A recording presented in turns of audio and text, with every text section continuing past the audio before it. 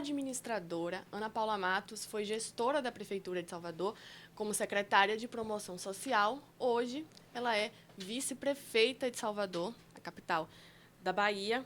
A gente recebe você hoje aqui para conversar um pouquinho sobre essa gestão de 11 meses já à frente da Prefeitura, como vice da gestão de Bruno Reis, mas você participou também da gestão de ACM Neto.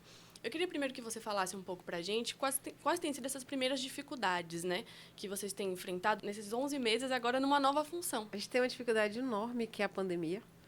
Por mais que o mundo se preparasse para as crises, para os grandes eventos, ninguém imaginava que a gente ia viver o que viveu em 2020.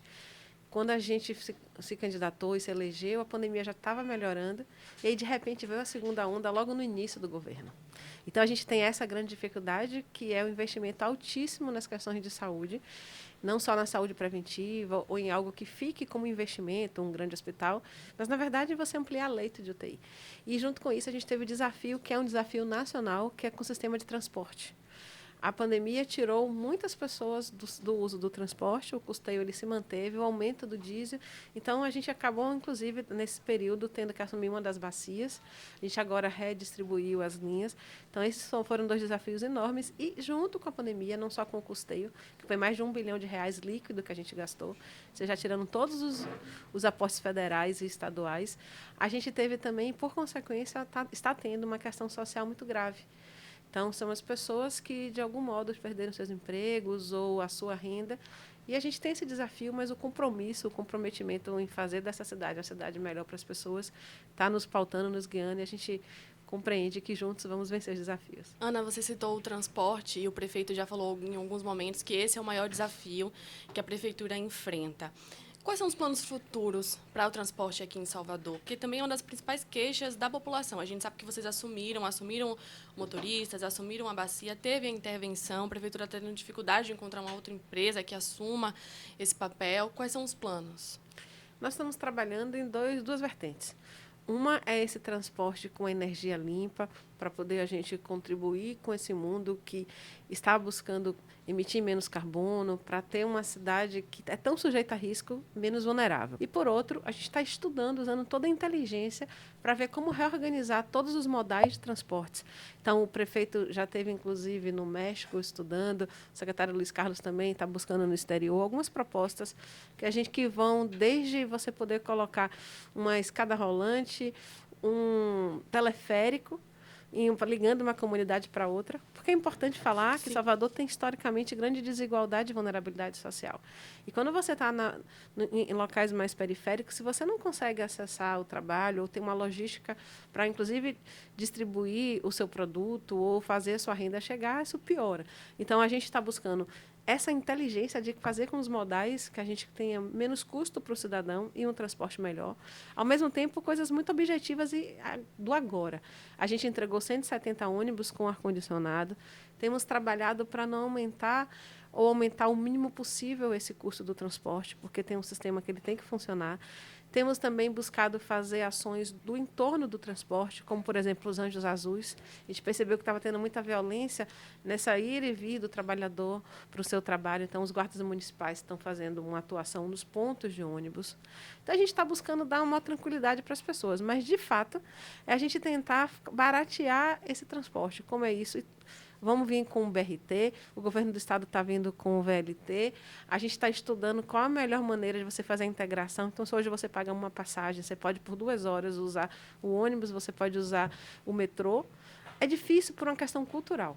Nós, baianos, estamos, de algum modo, acostumados a entrar no ônibus na porta de casa e só saltar no destino final. Mas, se você vai no mundo inteiro, você faz a baldeação, porque você busca chegar mais rápido de um ponto para outro.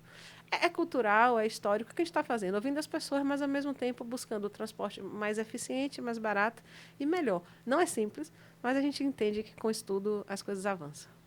Prefeita, você sempre assumiu uma função um pouco mais social, né? Foi secretária dessa pasta e agora, como vice-prefeita, continua à frente, principalmente dos principais projetos da prefeitura nesse âmbito. A senhora acha que esse foi o grande cheque que te fez ser escolhida para ser vice-prefeita e acha que realmente essa é a sua vocação? Porque normalmente a gente vê o vice ocupando um papel mais político, de diálogo, e diferente de você. Normalmente o vice tem esse papel muito de representação E eu ocupo 2 papéis hoje, o de vice, que é natural, e o de secretário de governo, que é um papel muito de coordenação de gestão. Todos os projetos de lei, todos os decretos, todos os compromissos do prefeito passam, inclusive de área oficial, pela secretaria. Essa articulação com o governo eu também faço, mas, de fato, a cidade me conheceu a partir do trabalho social. Você falou até um pouquinho do meu currículo, mas sou também professora. Tive a oportunidade de implementar faculdades, inclusive, em todo o Brasil e no interior da Bahia. E eu sou da Universidade Corporativa da Petrobras, sou concursada de lá. Então, a minha história sempre foi na educação, e a educação faz parte desse social. Eu cheguei aqui na prefeitura em 2013, emprestada pela Petrobras, para ser diretora-geral da educação. Vi um cenário muito difícil. Tinha mais de 1.000 salas de aula sem professores. Nós éramos o último lugar no índice básico de educação. Nós não tínhamos vagas de creche, nós tínhamos muita dificuldade. E, para piorar, nossos terceirizados, nossos trabalhadores, recebiam na boca do caixa, sem nenhum direito trabalhista, FGTS, um maior problema. Então, trabalhei duro, quase 2 anos, a gente mudou essa realidade. Salvador cresceu 12 posições nesse índice, que é do IDEB.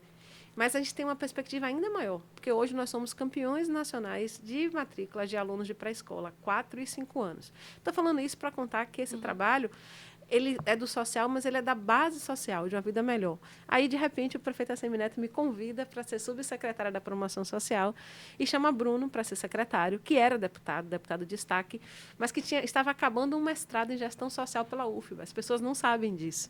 Então, ele vinha com conhecimento técnico e eu vinha com conhecimento da cidade, porque eu já estava na prefeitura. Em menos de 60 dias, a gente enfrentou aquelas chuvas duríssimas.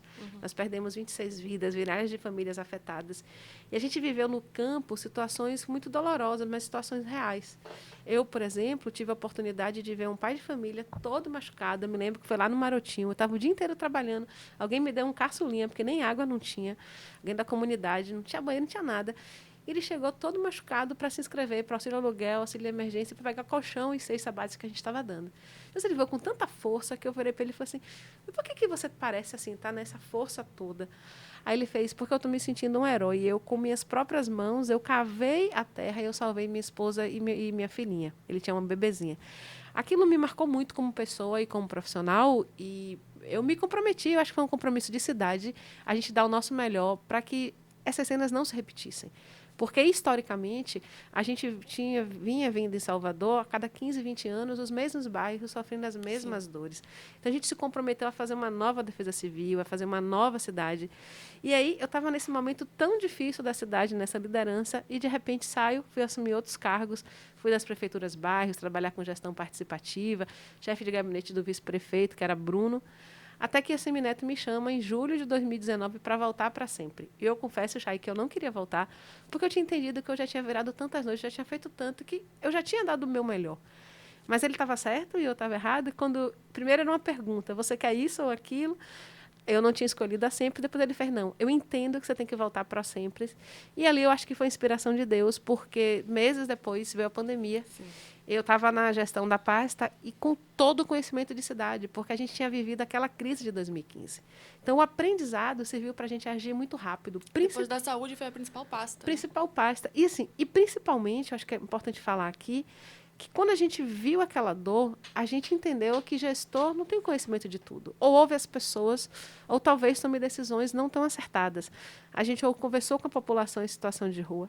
Eles nos fizeram algumas demandas, atendemos a todas, que foi desde entrega de quentinhas, colocar lavanderia industrial na rua, banheiros, aumentar o número de hotéis sociais, porque alguns não conseguiam nos confiar na gente para ir direto para um hotel social. Tudo partiu deles, por eles, até fazer políticas em cada abrigo de idoso. Nós temos um próprio, que é o Dom Pedro, temos alguns conveniados. Cada instituição que tinha criança institucionalizada, adolescente, e nós não perdemos nenhuma vida por falta de cuidado ou de atenção. Então, como eu estava nesses momentos tão importantes, mesmo sem nunca ter sido filiada, sem ter essa vocação reconhecida ainda até então como política, a comunidade, a própria imprensa, que sempre me tratou com muito carinho, com muito respeito, acabou falando no meu nome como alguém que poderia representar a cidade. E, por isso, eu acho que esse social, sim, ele me colocou nessa posição. Mas não as pessoas acharem que eu sou ou não do social, mas porque, nos momentos importantes, eu tive condições de ajudar na liderança da cidade, primeiro com o prefeito Assemineto e com o atual prefeito Bruno Reis, para a gente conseguir avanços. Eu acredito que é isso que faz o gestor. É saber ouvir, é estar na comunidade, é buscar dar o seu melhor. E enquanto Deus permitir, eu farei isso, eu darei o meu melhor pela cidade. Então, acho que sim, foi o social, mas acho também que foram esses dois grandes eventos que a gente viveu, que acabaram me dando, de algum modo, um protagonismo pelo trabalho. A gente está vivendo agora um momento, eu acredito que seja o maior desafio que a Prefeitura vai enfrentar esse ano, que é a decisão da realização do Réveillon ou do Carnaval. E do Carnaval, né? Queria saber qual a opinião da senhora, se a gente deve realizar, a gente está vendo um crescimento da Covid nos países, inclusive aqui na Bahia, ontem o governador acabou de colocar um decreto que as pessoas só vão poder viajar intermunicipal com a apresentação do comprovante de vacinação. Então, a gente começa a ver novas medidas voltando, né, de controle da pandemia. É o momento ideal para a gente pensar nessas duas festas? Bom, primeiro eu queria, com todo carinho, com todo respeito, dizer que, como eu estou na condição de vice-prefeita entrevistada, não tenho como dar opinião. Sim. Porque cada fala minha, ela passa a ter um peso de governo. Então, não é Ana Paula falando especificamente. Então, eu tenho que ter muito cuidado e muita responsabilidade. Mas, antes de responder, eu vou trazer alguns números. Salvador ela é campeã nacional em vacinação, em eficiência de vacinação.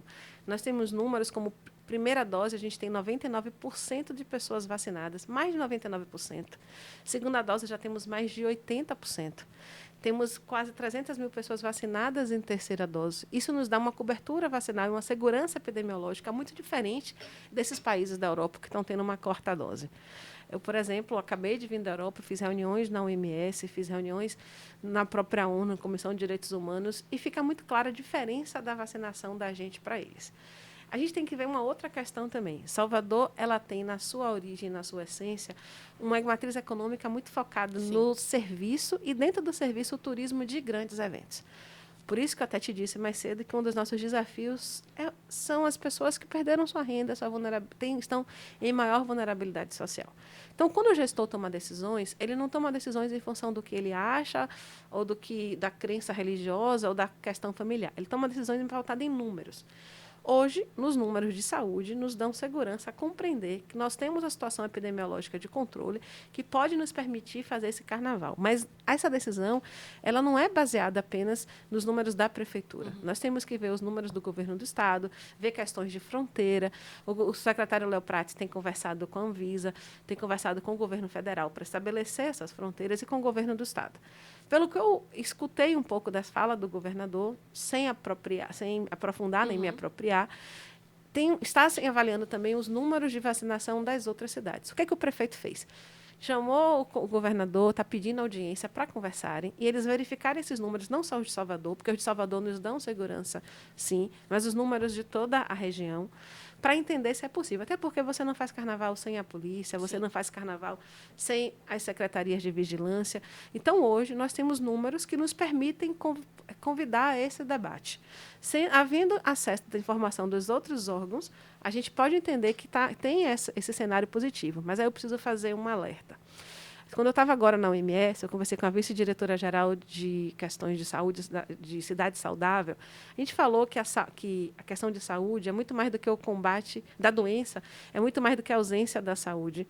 Então, é muito mais do que a questão de ter acesso a um hospital, a injeção, a um remédio ou até uma vacina. É você compreender a saúde do ser humano integral. Uma criança que ela tem amamentação no tempo certo, que ela tem alimentação adequada, é uma pessoa que vive em condições sanitárias e de saneamento básico adequada, que tem acesso à escola, como a gente está agora oferecendo o absorvente na dignidade menstrual, para evitar uma infecção e evitar dificuldade de engravidar. Então, quando eu penso nisso, ter o carnaval também, se as questões epidemiológicas permitirem, também é uma questão de saúde. É permitir que um pai de família possa levar o alimento para o seu filho, é permitir que alguém possa pagar o seu aluguel, possa ter a higiene adequada, porque nós temos um grande contingente de pessoas, milhares de pessoas que vivem do que produzem no carnaval. Não estamos falando dos grandes artistas, porque esses, mesmo com toda a dificuldade, já estão com shows contratados em outros estados. Sim, já estão se Em organizando. outras cidades, inclusive com questões até particulares, dentro dos limites da lei. Mas eu estou falando do holding, eu estou falando do segurança, do vendedor de amendoim, do vendedor de água. É uma cidade que respira carnaval. Então, eu espero que a gente tenha condições epidemiológicas adequadas, que a gente possa, tecnicamente, tomar a decisão de fazer o carnaval. Hoje, as questões de saúde, de vacina nos permitem convocar essa conversa.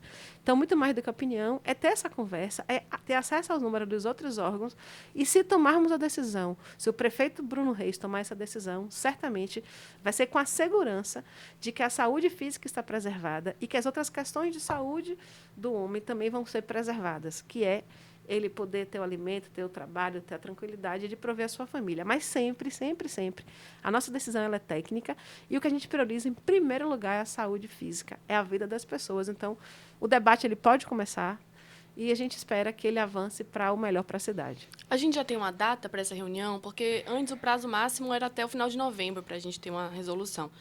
Até agora a gente não tem nenhum indicativo de que possa vir a acontecer. Quando que vai acontecer essa reunião com o governo? Já tem uma data? Nós já fizemos o convite público, o prefeito também já passou o WhatsApp, já ligou, mas eu entendi que o governador está buscando ter acesso a todas as informações, porque o estado são muitas cidades, então são 417 cidades, está buscando essas informações e, no momento adequado, com a informação adequada, ele vai nos convidar e o prefeito Bruno Reis nos representará nessa reunião.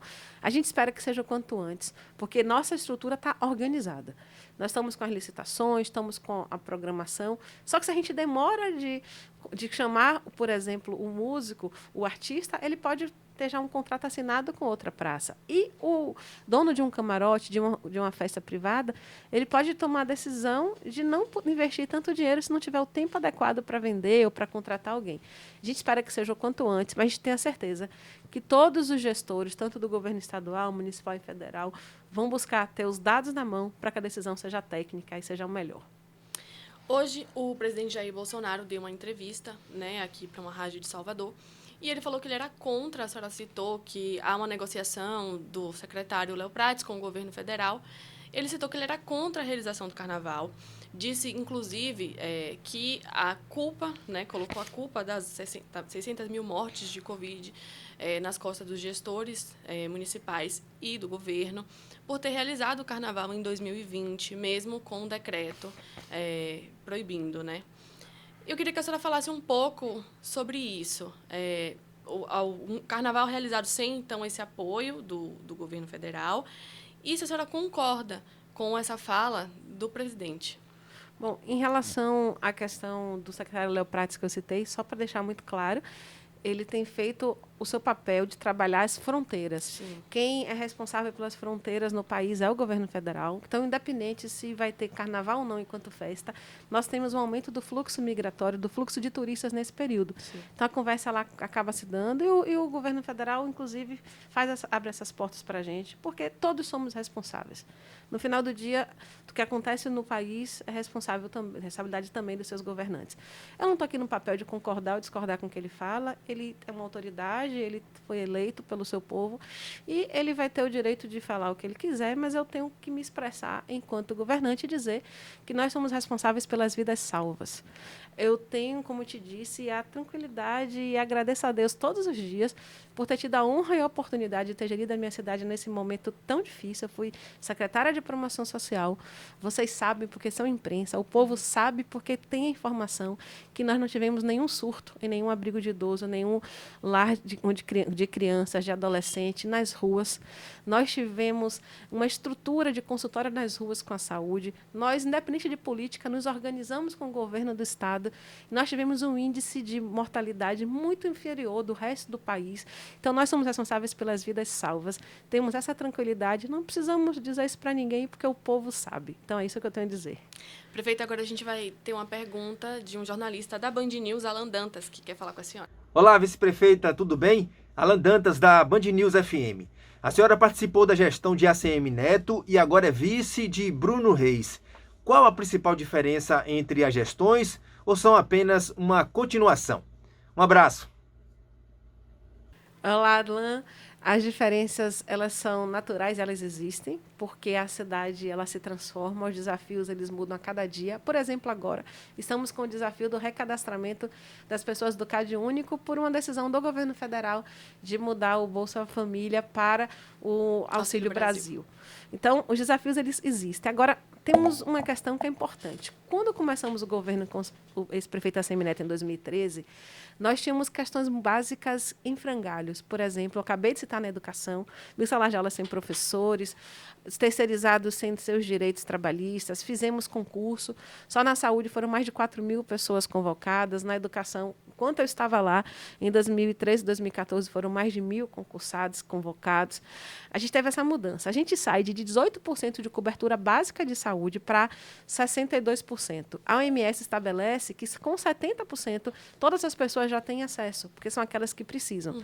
Mas esse aumento de 18 para 62, ele foi muito difícil. Mas agora, apenas 8% de 62 para 70, ele é mais complexo ainda, porque eu já tenho todo o custeio para trazer.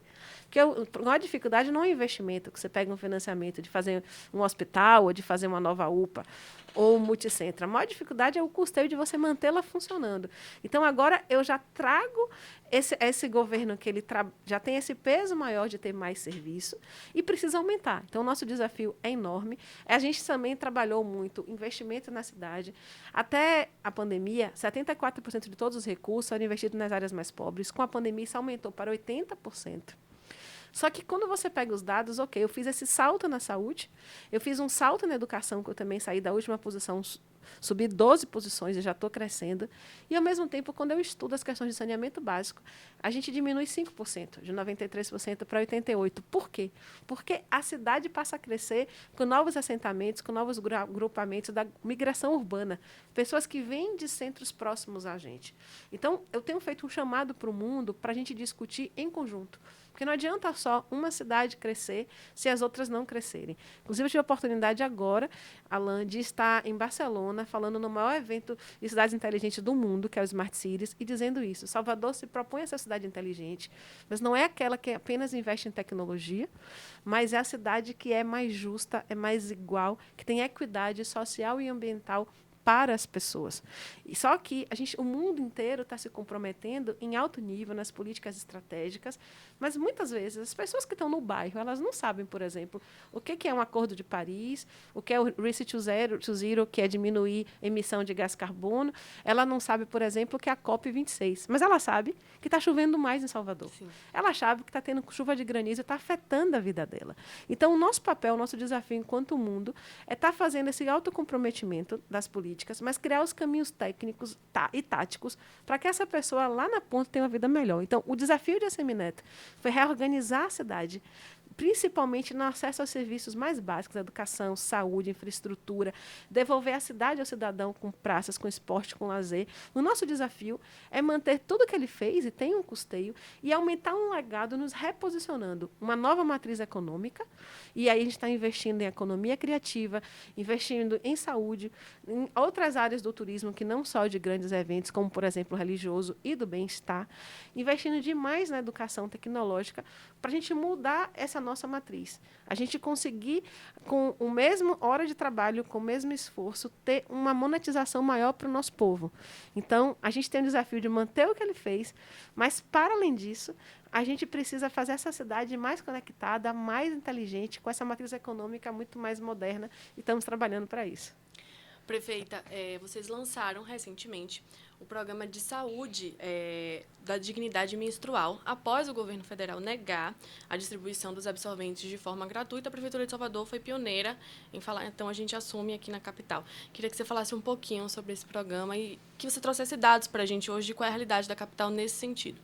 Nós estávamos, desde o início do ano, discutindo isso.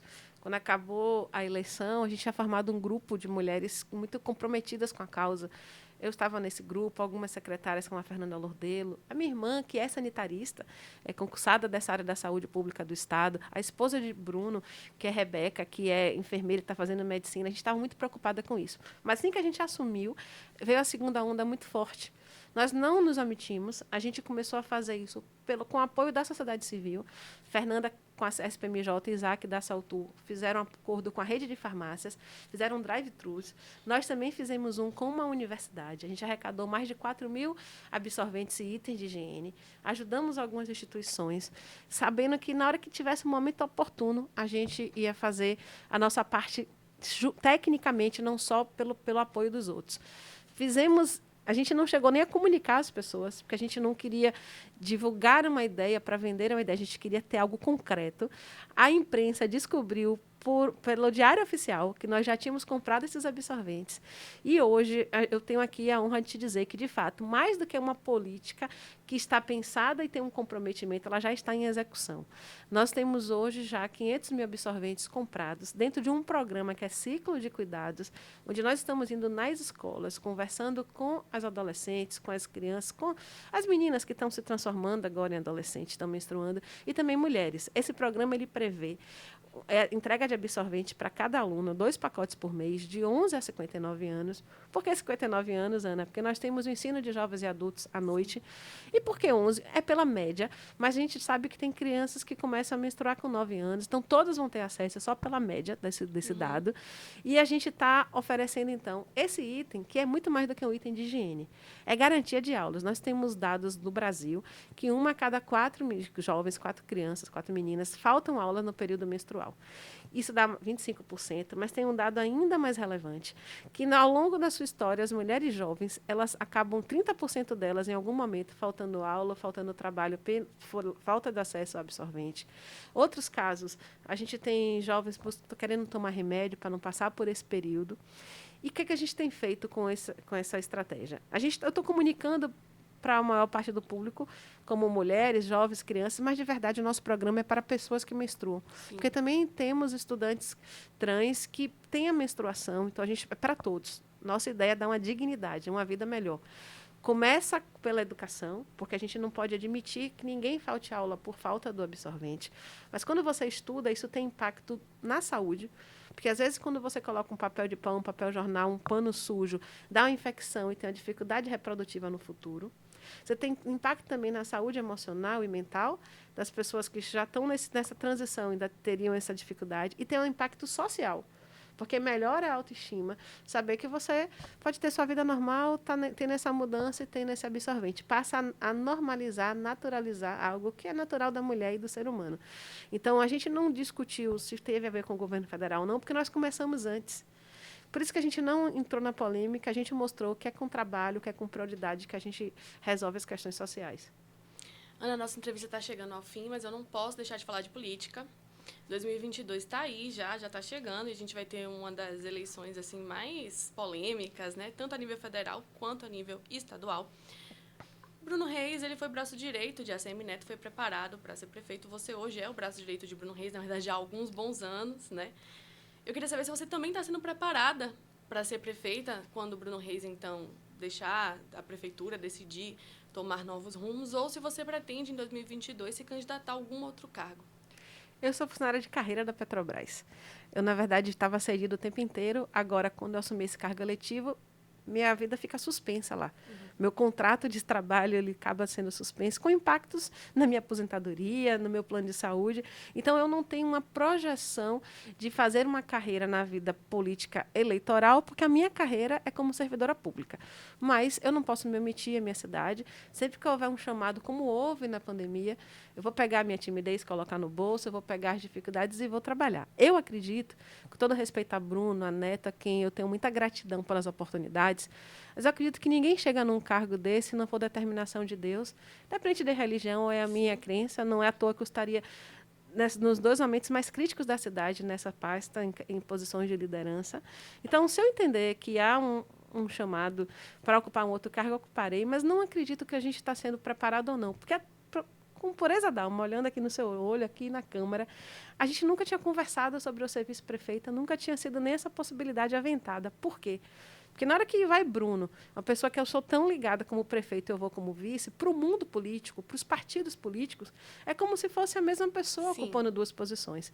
Então, apesar de muita gente achar que foi Bruno que colocou lá, foram as oportunidades que a ACM Neto me deu e Bruno me deu de mostrar meu trabalho à cidade que me permitiram estar ali, mesmo sendo uma relação tão próxima com o Bruno.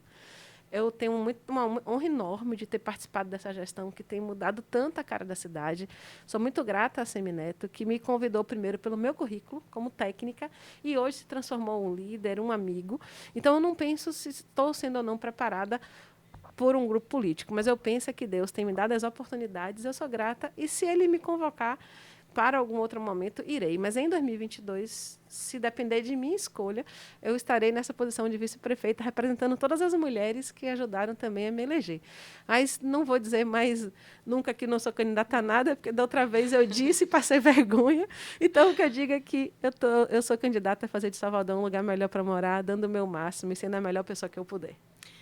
Queria pedir para você aproveitar a oportunidade de deixar um recado para os nossos leitores que estão acompanhando, que vão acompanhar a entrevista. Aproveitar para chamar as pessoas para se vacinarem, tomar a dose de reforço, segunda dose, para a gente então tentar conseguir fazer esse carnaval funcionar. Eu agradeço a oportunidade, todo mundo que estiver nos assistindo aqui, eu lendo essa entrevista. Eu peço que pense na cidade como um lugar que é nosso, que tem responsabilidade do município, mas tem também do cidadão.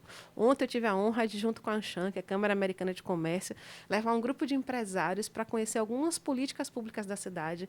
Fomos na Vila Barro Branco, onde perdemos vidas em 2015, e 19 anos antes já tinham tido vidas perdidas, e hoje tem só de encosta 30 milhões de reais, um condomínio habitacional, com lazer, com tudo. Então, ali foi para mostrar aos empresários, confiem na gente, estamos fazendo a nossa parte, mas precisamos de vocês. Precisamos que vocês invistam mais na cidade, que vocês nos mostrem onde estão os nossos erros, como a gente pode melhorar esse ambiente de negócio, e dê oportunidade para os baianos, capacitando, treinando, empregando pessoas com mais de 50 anos, empregando jovens, dando, inclusive, o primeiro emprego. Estou falando isso porque pode ser que tenha algum leitor seu que seja um empresário, que tenha uma instituição social, que tenha a vontade de ajudar. Então, o meu chamado é: vamos trabalhar juntos, vamos fazer dessa cidade, de fato, um lugar melhor para morar, mais humano, mais justo, porque nosso povo é muito feliz, nossa cidade é muito linda, nós temos questões históricas para superar. E, em relação à vacina, por favor, faça sua parte, tome sua vacina, que a gente precisa mostrar ao mundo que povo retado é esse baiano e que a gente só tem coisa boa.